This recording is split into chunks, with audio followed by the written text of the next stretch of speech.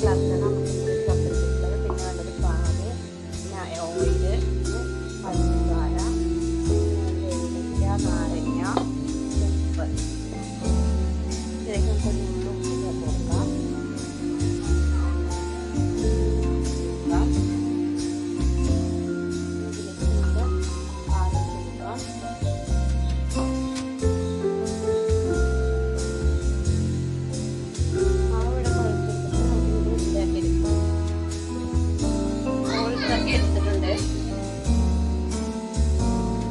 പാത്രത്തിലേക്ക് പഞ്ചസാര ചേർത്ത് കൊടുക്കാം.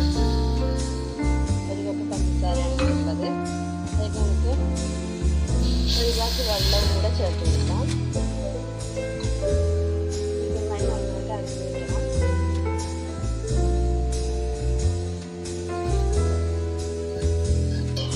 ഇത് നന്നായിട്ടൊന്ന് അരച്ച് കിട്ടട്ടെ. ആ സമയത്ത് നമുക്ക് ഒരു ചീനച്ചട്ടി വെച്ച് കൊടുക്കാം.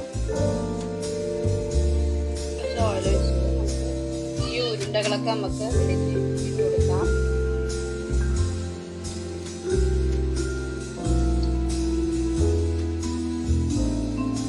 നമുക്കിനി ഇത് ഫ്രൈ ചെയ്തെടുക്കാം. ബ്രൗൺ നിറമാകുന്നത് വരെ നമുക്കിതൊന്ന് വറുക്കണം.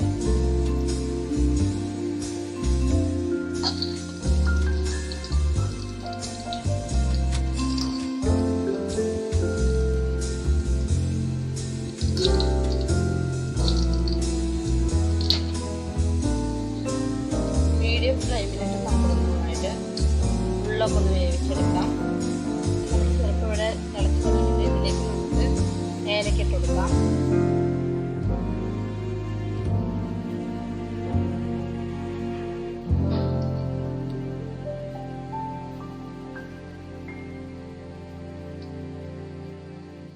നന്നായിട്ടൊന്ന് തിളച്ച് കിട്ടണം.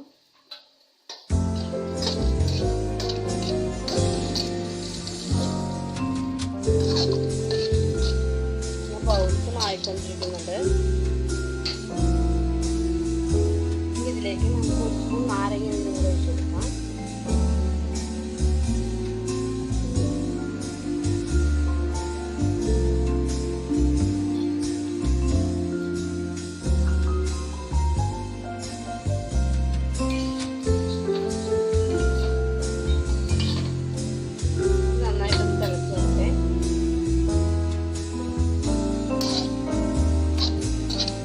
ബൗൾസും ഇതുപോലെ ആക്കിയെടുക്കാം.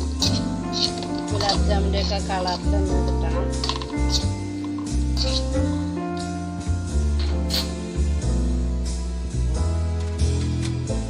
നമുക്ക് വെയിറ്റ് ചെയ്യാം. ഇപ്പോൾ ഇവിടെ റെഡി ആയി കഴിഞ്ഞു. നമുക്ക് ഓഫ് ചെയ്യാം. ഏകദേശം ആയിട്ടുണ്ട്. നമുക്കിത് ഒന്നും കൂടെ ഒന്ന് ബ്രൗൺ നിറായി കിട്ടണം.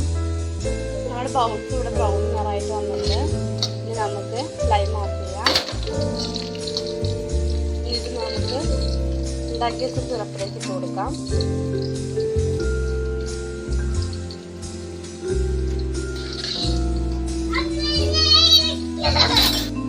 ഇട്ട് കൊടുത്തിട്ടുണ്ട്.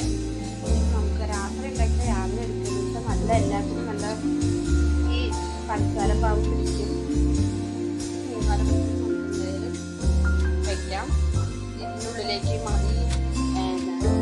പഞ്ചസാര പാവൊക്കെ പിടിക്കാൻ വേണ്ടിയിട്ടാണ്.